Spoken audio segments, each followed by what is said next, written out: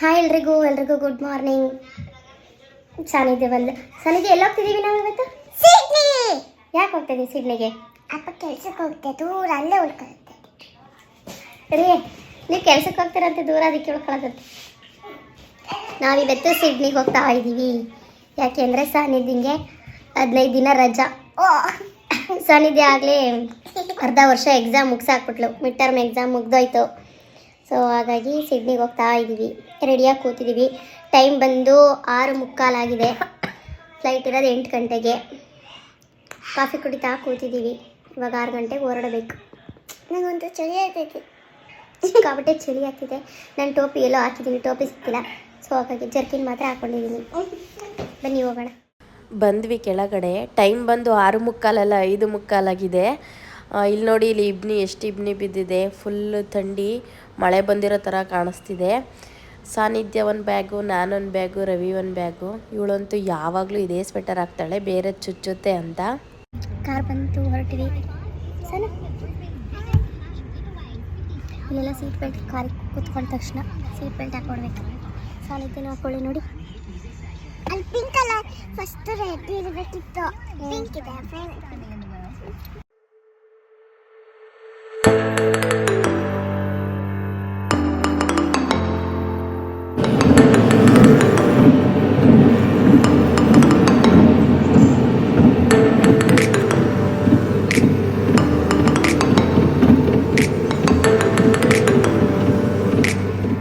Reach ಆದ್ವಿ airport ಹತ್ರ.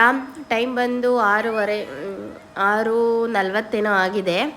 ಇಂಡಿಯಾದಲ್ಲಾದರೆ ಒಳಗಡೆ ಎಂಟ್ರಿ ಆಗೋಕ್ಕೆ ತುಂಬ ಟೈಮ್ ಹಿಡಿಯುತ್ತೆ. ಇಲ್ಲೇನು ಅಷ್ಟು ಟೈಮ್ ಹಿಡಿಯಲ್ಲ, ಅಷ್ಟೊಂದು ಚೆಕ್ಕಿಂಗ್ ಎಲ್ಲ ಇರೋದಿಲ್ಲ. ನಮ್ಮದು ಯಾವುದು ಲಗೇಜ್ ಇರಲಿಲ್ಲ, ಮೂವರು ಒಂದೊಂದು ಬ್ಯಾಗ್ ತೊಗೊಬಂದಿದ್ವಿ ಅಷ್ಟೇ.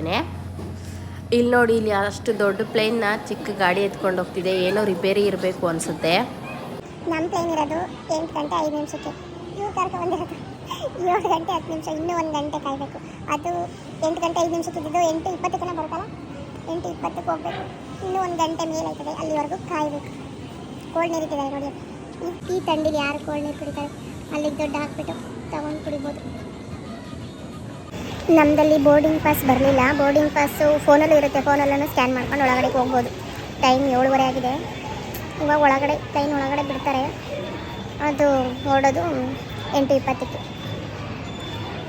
ಫ್ಲೈನಲ್ಲಿ ಹೋದರೆ ಸಿಡ್ನಿಗೆ 1 ಅವರ್ ಜರ್ನಿ. ಟ್ರೈನಲ್ಲಿ ಕಾರಲ್ಲಿ ಹೋದರೆ ಎಷ್ಟು, 1 ದಿನ 10 ಅವರ್ಸ್ ಬೇಕು.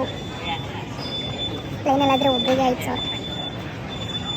ಟ್ರೈನಲ್ಲಿ ಹೋದ್ರೂ ಆಲ್ಮೋಸ್ಟ್ 10 ಅಷ್ಟೇ ಆಗುತ್ತೆ ಅನಿಸುತ್ತೆ. 7:30 ಆಯ್ತು, ಕಾಯ್ತಾ ಕೂತಿದ್ದೀವಿ.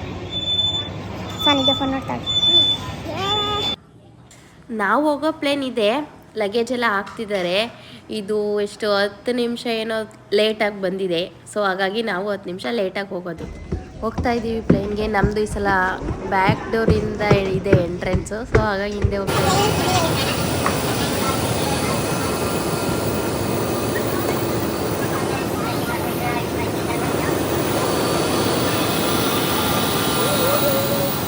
ನಮ್ಮ ಸೀಟ್ ನಂಬರು 28DEF.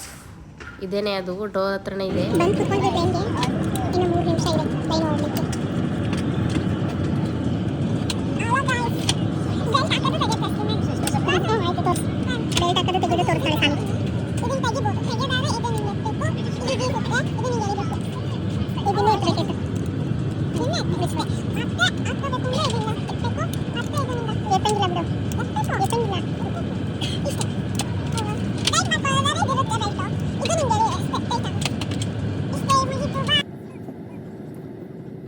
ಹೊರಡ್ತು ಪ್ಲೇನು. ಎಲ್ಲ ಸೀಟ್ನಲ್ಲೂ ಲೈಟು, ಫ್ಯಾನು, ಸ್ವಿಚ್ ಇದ್ದೇ ಇರುತ್ತೆ. AC ಆನ್ ಇರುತ್ತೆ ಯಾವಾಗಲೂ. ಹಾಕೋಬೋದು, ಫ್ಯಾನ್ ಬೇಕಾದ್ರೂ ಹಾಕೋಬೋದು.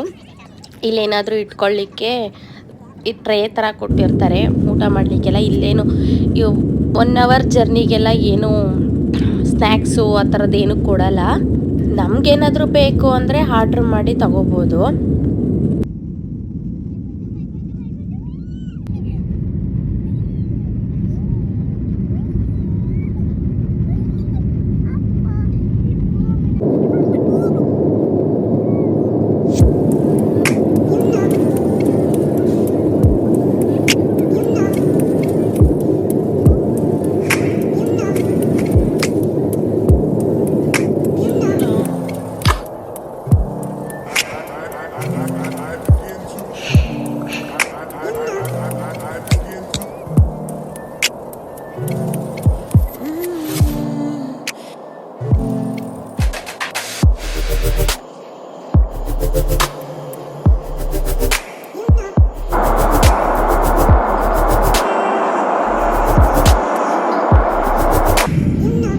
ಕೆಳಗಡೆಯಿಂದ ನೋಡಿದಾಗ ಪ್ಲೇನ್ ಎಷ್ಟು ಫಾಸ್ಟಾಗಿ ಹೋಗ್ತಿದೆ ಅನಿಸುತ್ತೆ. ನನಗೂ ಫಸ್ಟ್ ಜರ್ನಿ ಮಾಡಿದಾಗಲೇ ಗೊತ್ತಾಗಿದ್ದು ಮೇಲೆ ಇಷ್ಟೇ ಸ್ಲೋಗಿ ಹೋಗೋದು ಪ್ಲೇನು ಅಂತ.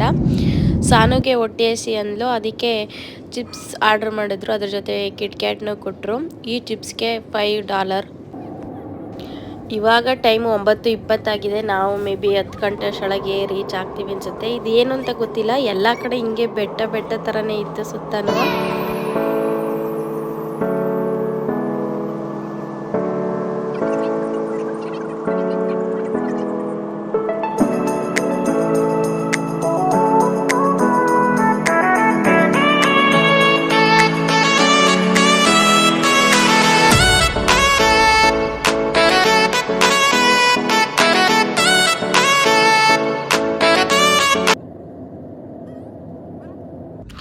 ಬಂದ್ವಿ ಇವಾಗ ಸಿಡ್ನಿಗೆ. 9:52 ಆಗಿದೆ ಟೈಮು. ನಾನು ಇಂಡಿಯಾದಿಂದ ಬರಬೇಕಾದ್ರೆ ಫ್ಲೈಟ್ ಜರ್ನಿ ಹೆಂಗಿರುತ್ತೆ ಏನೋ ಅಂತ ಅಂದ್ಕೊಂಡಿದ್ದೆ. ಲ್ಯಾಂಡ್ ಆಗಬೇಕಾದ್ರೆ ಮತ್ತು ಟೇಕ್ ಆಫ್ ಆಗಬೇಕಾದ್ರೆ ಮಾತ್ರ ಸ್ವಲ್ಪ ಭಯ ಮತ್ತು ಖುಷಿ ಅನ್ನಿಸ್ತಿರುತ್ತೆ. ಅದು ಬಿಟ್ಟು ಫ್ಲೈಟು ಫುಲ್ ನಾರ್ಮಲಾಗಿ ಫುಲ್ ನಿಧಾನಕ್ಕೆ ಹೋಗ್ತಿರುತ್ತೆ. ರೀಚ್ ಆದ್ವಿ ಸಿಡ್ನಿಗೆ. ಇಲ್ಲಿಂದ ಎಲ್ಲಿಗೆ ಹೋಗ್ತೀವಿ ಅಂತ ನೆಕ್ಸ್ಟ್ ವೀಡಿಯೋದಲ್ಲಿ ಹಾಕ್ತೀನಿ. Okay friends, bye, thank you.